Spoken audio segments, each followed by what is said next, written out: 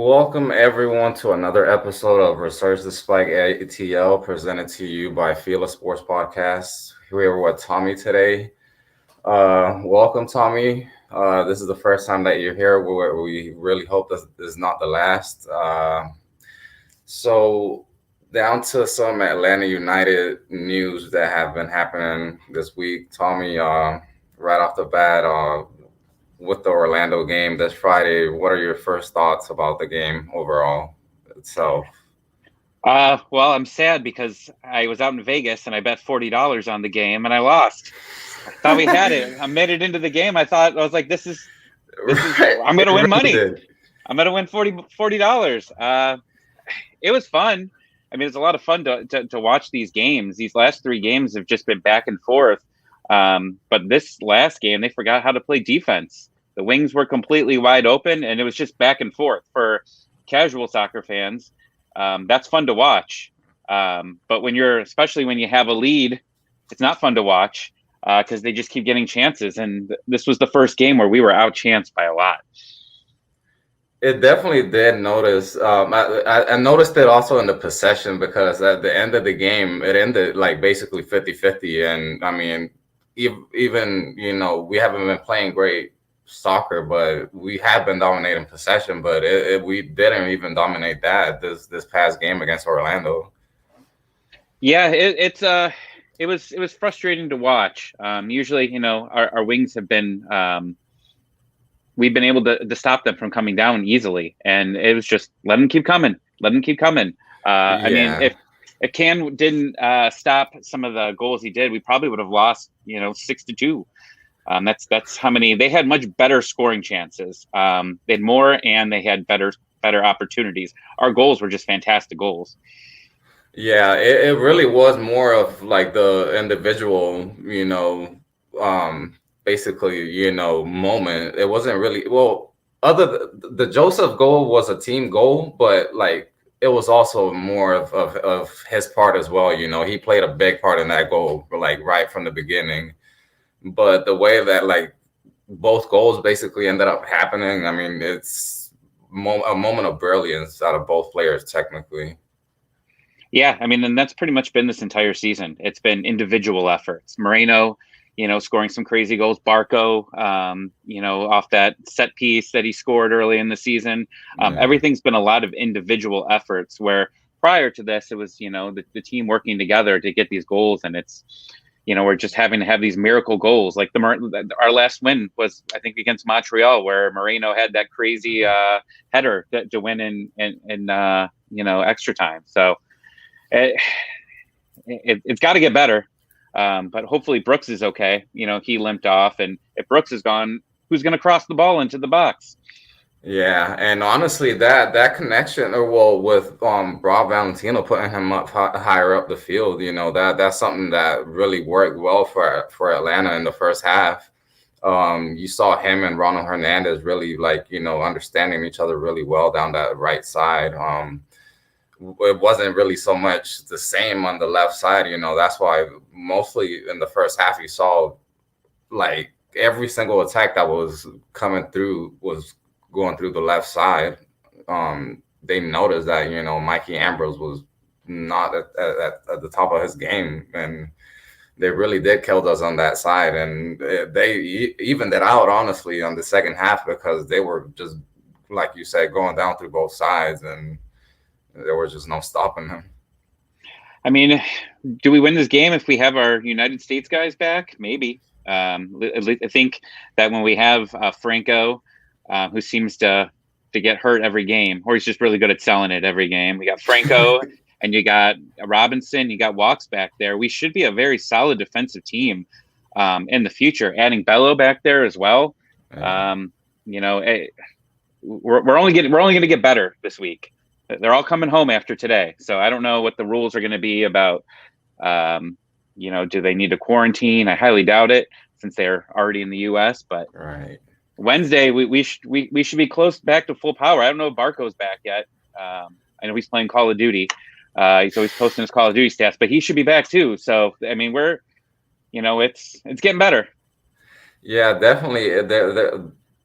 with the guys coming back, yeah, from international duty, you should see a change. And with that being said, what do you with Alec Khan's performances these couple games that Brad Guzan has been gone?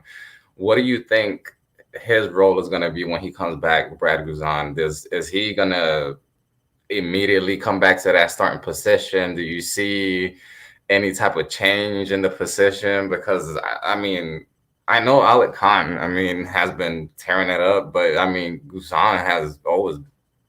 I mean, he's the captain. He's the team captain. So, what do you see in that? You can't. I mean, Guzan's the highest paid goalie in the league, and I think a lot of people, when the salaries came out and found out how much his extension was, a lot of people were upset. But if anything, this is just teaching us that Khan and maybe Rocco's Rios could be working in the future. Which I think those two salaries together don't get anything close to Brad Guzan. And I think that's the problem that we have right now is we have these expensive guys, and Guzan, I mean, you can't afford to bench him right now. I think we just learned that we have a good backup, and we'll see what happens into the next couple of years, because I think he signed for 2 more years. I know he signed the extension last season, I think, or the season before that. So I think last year. So he's until 2022, if I'm not mistaken. Yeah, so that's a lot of money to put on the bench.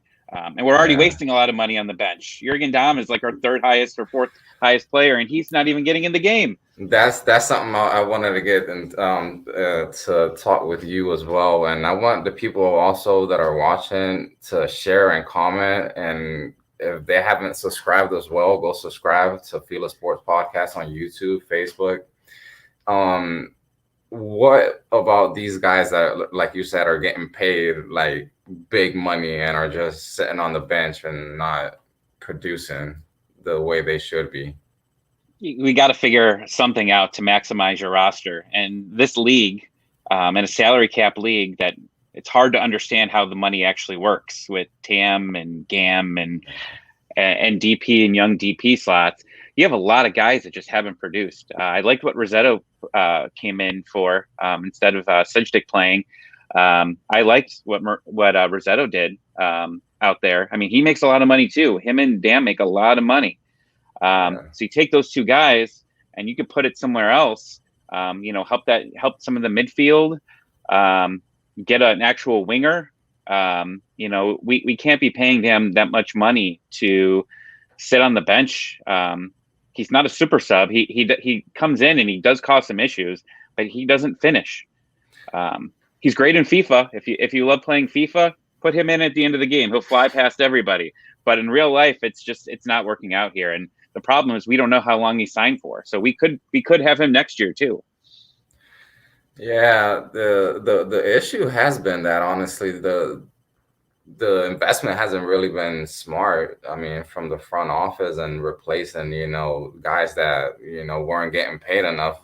Guys like Gressel, he wasn't getting paid the money that Jordan Dom's making, obviously. I mean, and he hasn't produced not even a third or nearly nothing as much as Gressel did. So it's decisions also, from high up and, with the decisions that they've made with the past 2 coaches that have came in.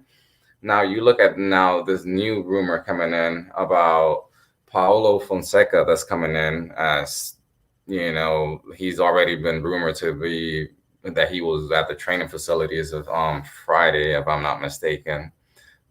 He was pictured with Darren Eales, having lunch as well. So in that picture, it was weird. They were sitting next to each other. Like when you go out to eat with somebody, you sit across from each other to have conversations. You don't sit next. It's almost like they were on a date. It did, like the way, that picture was taken. It was kind of weird, but also to what I heard, Arthur Blank was also there. So, and there was he could have been sitting in front. He maybe just wasn't there yet or something like that. I don't know, but it's just the moment they took that picture, it just seemed kind of out of context.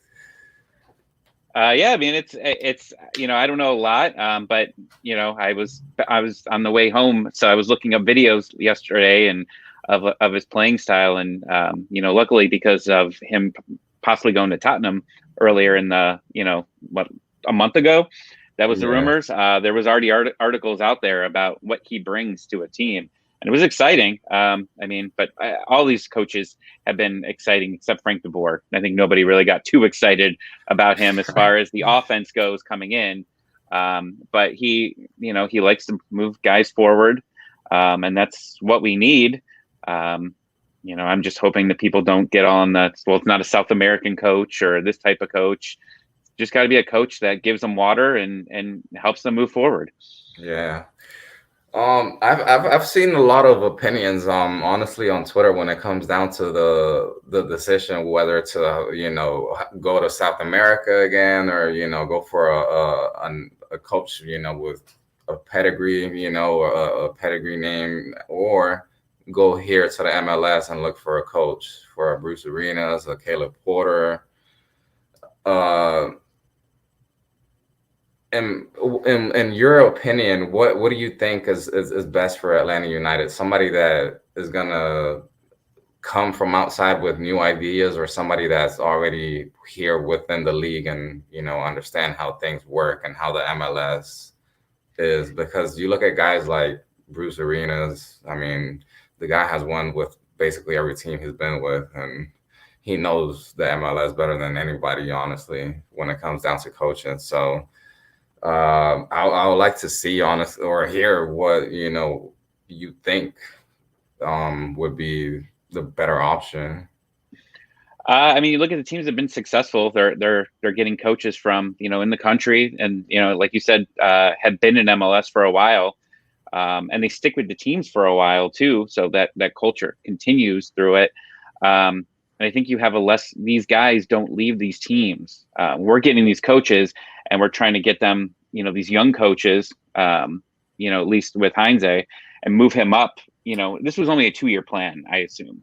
I don't think Heinze was going to be here very long. There was already rumors of people. I think a team in Italy was looking at him at some point earlier this year, and he'd only been here for a couple months. We need a guy that's going to be here for a long time. We want to build the academy. We're still a young team. So I was, maybe hoping for a guy with MLS coach experience. I forget his name. I think Dome from New York FC. I thought that he was a good person possibly to come in. But the rumor on Twitter is that this new coach could be here for 2.5 years, half of this year and then the next 2. I'm hoping it works out longer. We need someone that's going to be here for a long time to create this culture and have this culture keep going. Because we switched out from Tata and the culture changed, and we probably should have won a championship the next year. We probably should have been back-to-back champions. Yeah, that's something that I discussed in one of the episodes before, that the way that Tata left the team, he left a foundation, for Atlanta to be a dominant team, for the next 3-4 years. I mean, if you look at it, the next year you missed basically the best playmaker with Almiron, and Garza was the other one that left, if I'm not mistaken, the year after. So not many pieces changed, but yet again, Atlanta United had players to, keep on fighting for, championships and stuff, which they did in 2019. And yeah, they were only a penalty away from, going back to the MLS Cup. But after, there needs to be somebody that, like you say, it makes a lot of sense, to have the foundation, to where you want a long process. Basically, you don't want somebody that's just gonna use this as a trampoline, because if you look, like, after Frank de Boer left, he went right into coaching the Netherlands team, which made it seem like he left, or because if I'm not mistaken, I mean, I personally never really knew what was the reason why he left. They just said they decided to part ways, which, I mean, to me, it makes me believe that, he already had an offer from Netherlands coming in. I think it was just the culture. The culture just was terrible. And then you lost Joseph going into that tournament. MLS's back tournament, and you looked at the players and they were just down. I think Joseph was really the guy that kept that team together, with Frank DeBoer and Parkhurst. I read a lot of stories about Parky, really keeping Joseph and everybody together, the players that were still there, to move forward. But now going into that tournament, they lost Joseph, and the players didn't respond well. And I remember in that tournament, Carlos Bocanero was down there talking to Jeff Lorenowitz, like had his arm around his shoulder. And it was really weird. It's like, I don't know a lot about this, but I don't think that the technical director should be down there talking to players in the middle of the game. Yeah. And then he's fired like a week later. I think that they have good intentions of wanting to continue to, build the team. And I think that's what they said Frank was good at, was building those young players up. And I think he did that with Miles Robinson. Miles never had an opportunity under Tata. Tata didn't like playing Miles. And now we got, Robinson has done very well. But we need a long plan. And this guy just interviewed at Tottenham. So you're telling me that he's going to, with that big of a job, I don't know what it pays. And I don't know, I'm sure it doesn't pay, sure pays way more than coaching Atlanta United, that in the next 2 years, he's not going to get better calls, especially if he succeeds here, which is what we want. And then we're back at the starting over point over and over and over again. And I know that this is a selling league and it's a league to step up, to move on. We saw that with Almiron. Pity went on to, somewhere in Saudi Arabia, but that first year, you got to get your own guys in, right? You got to get the guys you want. And then after that next year, if you don't win a championship, you're probably out, and we're stuck with players that don't fit a system probably of the next coach. So my hope is to get a generational guy. Seattle's had their coach. I don't know how long he's been there, but since I've been watching MLS, he's been there. Renus has been around for a while. There's guys that have been around for a while and they're successful. Porter's had success where he's gone. So I'm not sure how this is going to work, but I am a little sad that we're not, getting someone that's maybe a little younger that is going to want to stay in MLS for a long time. Yeah, it definitely has to be that way. You can't aspire, to be a winning team year after year, and you don't have a base, a team that it's like you say, willing to work like a process basically. Atlanta United, they have with the scouting, right now that they've done. You look at what this guy Thiago Almada that's supposedly coming in as well. Within the next couple of days, he's supposedly already working on his visa and stuff like that. So he should be here within a week or so, for what I've heard. They're young players, and you make a lot of sense in what you said when it says you gotta, as a coach, you gotta bring in the players that you want. But the thing has been that a lot of players, after Tata left, have not fit the system that the coach has basically played under. You look at Peter Martinez. I mean, a lot of people say he underperformed. He did, but he was crucial also in a lot of moments. Mm-hmm. He didn't fit the system which Frank DeBoer played him under, but he still somewhat produced, had quality moments. But to what I heard, he wanted to. Tata Martino was the one that wanted him, but he didn't come until Tata Martino had already left. So that's where Atlanta United has to basically be smart in the right moves that they make, basically, when it comes to the transfers and stuff like that, what they're paying these guys. I feel like a lot of these guys, they just have come to Atlanta United because they saw that it was a winning institution right off the bat, and they just wanted a paycheck, honestly. As you want to be in a winning team around players that around good players, and Atlanta United has had good players, and they're just not willing to step it up. There's some that you see. I don't want to give specific names, but the back on defense, players like the ones that are gone, Bello, Brooks, Miles Robinson.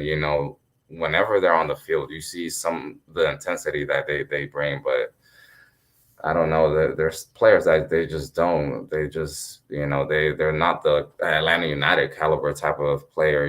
That you were used to seeing in the first 2-3 years. Yeah, and we have, I think going into the season, we had the third highest salary, at least what was published. So we had like one of the third highest salaries, and we're not winning with it. We're not playing these guys. Jurgen Damm's usually hurt, so he's never seen the field. Rossetto's been hurt. I know he had the family emergency too that he missed time, but he hasn't been around, so he hasn't played games. So you got two guys that are besides your DPs that are hardly ever playing. And then these young DPs, I mean, Sosa's doing well. I liked what Ibarra brought in when he was healthy. I know we've been missing him too, but he's very aggressive. And then Eric Lopez just hasn't fit it yet. Now we haven't really seen too much of him in the new system, but he's got a lot more to give, for sure. The problem is when you went into this season and you looked at the goals of who scored what, nobody scores goals on this team. There's no legit goal scorers besides Joseph. A lot of them are good at assists. And let's see what it was. The year after we won MLS Cup, we were very spoiled. Joseph scored in like a record straight number of games, was scoring almost everything. And now we're at the point where who's going to score the goals? And Almada and the other guy, I don't remember his name off the top of my head, that has been rumored to be coming on board. Joao the other Pedro. Transfer. Yes, they both have scored goals. I think they have more career goals than half our young kids do altogether. So that's a sign that they want to bring guys in. The problem is these guys they want to bring in are all midfield guys, right? Our midfield is packed. I mean, we have a lot of guys that play kind of almost the same position. Moreno, Barco, Amada, they all like to play. And I'm sure we can move one to the wing, but I like Moreno in the middle. And I kind of like Barco in the middle too. I kind of like both those guys moving up in the middle. But who's going to play wing? Lennon is good. The problem is that our offense is just so predictable at so many times. It's Brooks down the sideline, cross it in, then get it out very quickly, clear it out. Like our offense is so predictable. And, maybe some more creativity in the midfield is what's going to get us moving forward. Creativity that makes room for Joseph, because they just follow Joseph around. If you block Joseph in the box, who's gonna get it? Maybe Walks or Robinson are going to be able to hit it in, but they're usually trailing back. So, I mean, most of our goals are off set pieces right now. We need to score goals in open play, and they don't have to be these miracle goals by, Moreno, to come in. I mean, he's scoring these fantastic goals. We just need to get some guys in the box and pass it around and shoot. That's all we need. And Hyman was really good at doing that too. And, we're missing him as well. And he's paid a lot of money too. So, that's another guy that we're paying a lot of money that we have no salary relief for that's not playing. So it is what it is with this roster, but we've got to get some guys in here. And if these two guys come in, we got a shot at hopefully catching up on points here, because we're running out of time. We've got 2 games this week. And we don't have a coach still. So by the time this coach gets in, by the time these guys get visas and come aboard, how many games are going to be left? We're going to have to win almost all of them. Yeah, with what you first said with the goals, it definitely has been a problem with Atlanta United even since the first couple of seasons. I mean, Joseph was the only one, a lot of times scoring the goals. There was nobody really coming in other than Tito or Almiron, but Almiron was just two years, and I mean he was gone. But Tito was, I mean, even after 2018, he really didn't produce to what everybody was used to seeing from him. He was injured, and Frank didn't know how to use him. Yeah. He got injured that first. Like first month or two right off the season. But uh, Atlanta United, yeah, definitely has to catch up. They're, if I'm not mistaken, what, like 10 points now off the playoffs, 10, 11, something like that. They definitely have to, if they want to make the playoffs, they definitely got to start adding points. Honestly, I really, with the guys that are coming in, to what I heard, yeah, there are guys that are goal scorers, and yeah, I had it written down as well right here that, yeah, that guy that's coming from Calgary, Joao Pedro. I mean, this guy's played 37 games last year, and he scored 16 goals. I mean, in Italy, I mean, for a midfielder to score that amount of goals, I mean, that's you know pretty good, really, really good. So We haven't scored it, 16 goals all season, probably. Feels no, like we we scored haven't. 3. I think honestly, last year if I'm not mistaken, we only had like a goal per game or something like that. This season, I think is not even that. 16. Exactly 16. Yeah. So you see, I mean, Atlanta United really does need to produce more, need to be more direct in the sense there's when I was in the Mercedes Benz last week against Columbus, I remember seeing a lot of times, or even in the other two games, I remember seeing them just not being decisive enough in front of goal. There was a lot of times where they had space to shoot, or had a better option, but they just weren't being direct enough.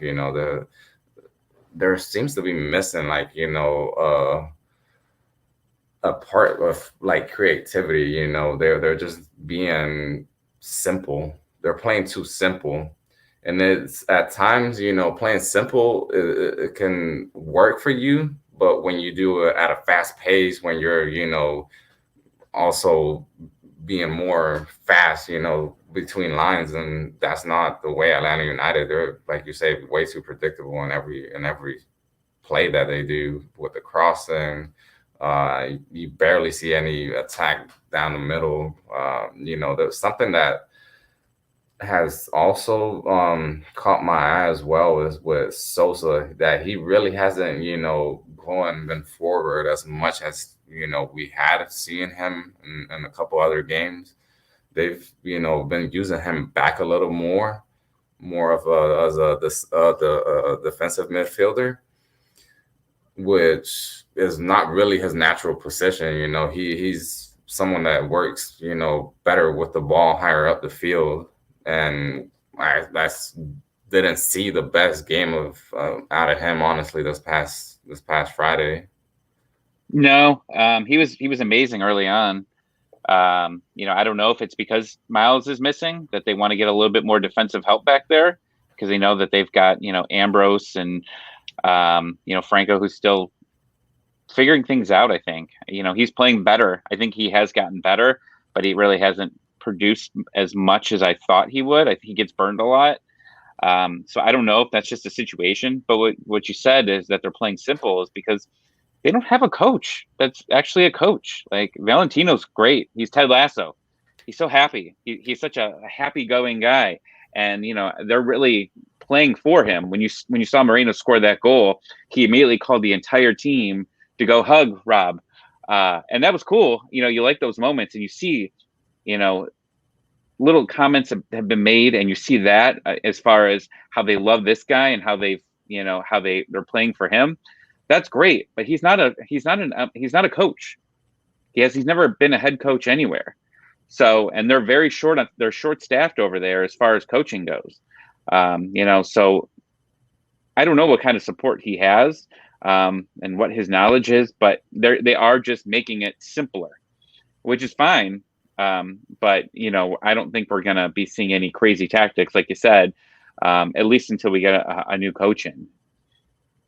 Yeah, we're hoping soon, because yeah, this ship's got to get turned back around if there's any hope for playoff picture in 2021.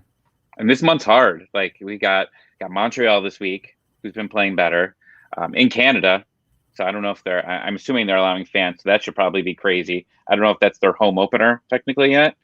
Then you got Columbus. Um, that didn't go very well last week. Then what you have LAFC, Toronto, DC, and then Nashville.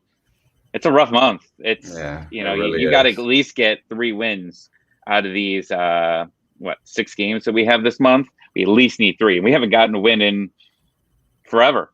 So they've got to these guys might help, but they're probably realistically not going to be here until the LAFC game on the 15th. We got at least 2 more games without all this help. That's possibly coming in.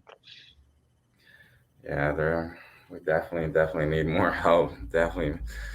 And with that being said, I wanted to bring to you guys the official sponsor of FILA Sports Podcast, which is Raise Energy. If you guys have not yet tried it, you should go try it. You get a 15% discount at checkout, so please go check them out. That's the official sponsor of FILA Sports Podcast. I tried the orange one. Yeah, it was good. It was good. Really? Yeah, the orange one. Yeah, it was. I've been moving on to different energy drinks, and I ended up trying that. I saw it at the store and picked it up, and it was good. I gotta try it, man. I gotta try it. I really need some new energy drinks as well, because those regular gas station ones ain't cutting it for me anymore. Yeah, but yeah, that's pretty much all we really had wrapped up for today. Who wins tonight, Mexico or the United States? Oh yeah. With that being said, we wanted to touch about the U.S. and the Mexico game today with the Gold Cup. Man, this is a tough one, man, because they both haven't been really playing their best soccer, but I see the U.S. having an edge. Not with the players, but coaching wise, I feel like Greg Berhalter has, basically done a good job, with not having, the talent that he had for the roster, like he did for the Nations League. Right now, I feel like he has, if everything changed the other day when 2 players came in for me personally, which was Roldan and Sardis. But I don't know. I really don't know. I personally hope that the U.S. wins. I'm not a big fan of Mexico. I know a lot of people are going to throw shade at me because of that, especially my girl. But I really don't care. I really don't care. But I'm hoping the U.S. wins. I don't know. What do you think? I mean, Mexico has the better players. They sent their A squad, and U.S. sent their B squad. So the B squad wins. Tata's gonna, I don't know. They might call Tata up tonight and see what he's up to, because he might not be up to much. This is their tournament to win. It's always been Mexico's tournament to win here, and Canada. That game. I don't know. There was too much extra time in that game. There was way too much. There was 9 extra minutes, and some of those minutes added were because of those chants that they do over there. And I don't know. I thought that once they added that extra time in, because they stopped the game, really killed Canada's momentum. I don't know. I'm hoping that the U.S. wins. It'd be huge, and it'd be huge for Miles. This was really his coming out party for the United States, and I think he's played himself into a position where if they need some depth for the World Cup qualifiers, he's definitely made a case to get himself in there. Bello's just there to, he's gotten some time, and that was great. And Guzan's 100, so he's just there to teach the young kids. But Miles has definitely been my MVP of this tournament. Because I don't think Zardes even has a chance to go in and make it, up there. But Miles is definitely the guy that is pushing himself up to the main roster. Yeah, because defensively, you look at the U.S. like you said, the more outstanding player that they've had throughout the whole tournament and every single game, the one that has stood out has been Miles Robinson. Like I said before, that the U.S. really hasn't really been playing as good. Even with the B squad, you would expect some games for them to have played a little better, but um, I still expect the U.S. to come and try to have the front end basically right off the bat. I don't see Mexico basically coming right from the beginning of the game, playing that full or like full pressure. I'm thinking more of the US. They're gonna be the ones pressing more high and coming, basically pressing up high. Uh, the US basically, yeah, they're not obligated to win, but if they were to, yeah, that it would be huge, and yeah, it would be honestly devastating for Mexico losing two tournaments right back to back to the U.S. It would be pretty tragic, honestly. But you don't know, and I mean, anything can happen in soccer, man. I've seen a lot of crazy things, and like I said, I'm rooting for the U.S. I'm really hoping that they win. The last USA Mexico game and whatever that cup was, I forget The what it's called, Nations the League. Nations League. I can honestly say, out of like any sporting event, that was the greatest sporting event that I ever watched. It just had, that game literally had everything that could possibly happen. Tata getting a red card for massaging the referee, the fans throwing stuff at the player, stopping the game. That dude jumped off the stage. A fan rushed the stage and jumped off of it. There was nothing. That was the greatest game that I have ever watched of soccer. So if this could even get 25% of it, it's gonna be a great night.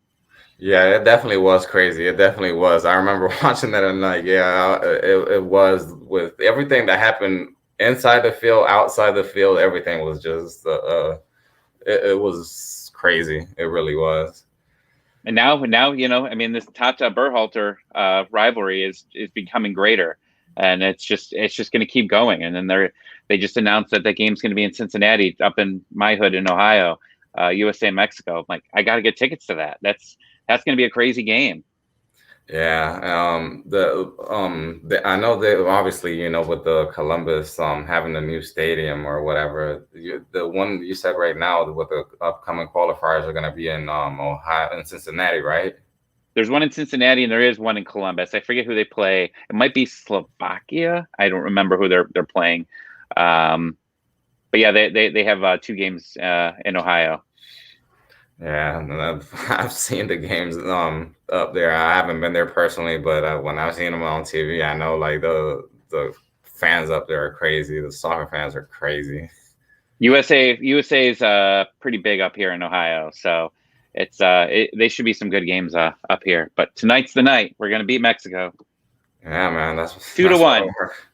Yeah, I see something similar. Yeah, man. If it's not too, I see just the one goal. I don't see a blowout or anything like that. I don't see a game more than three goals. Honestly, yeah, like a 2-1, 1-0, something like that. I don't see nothing crazy.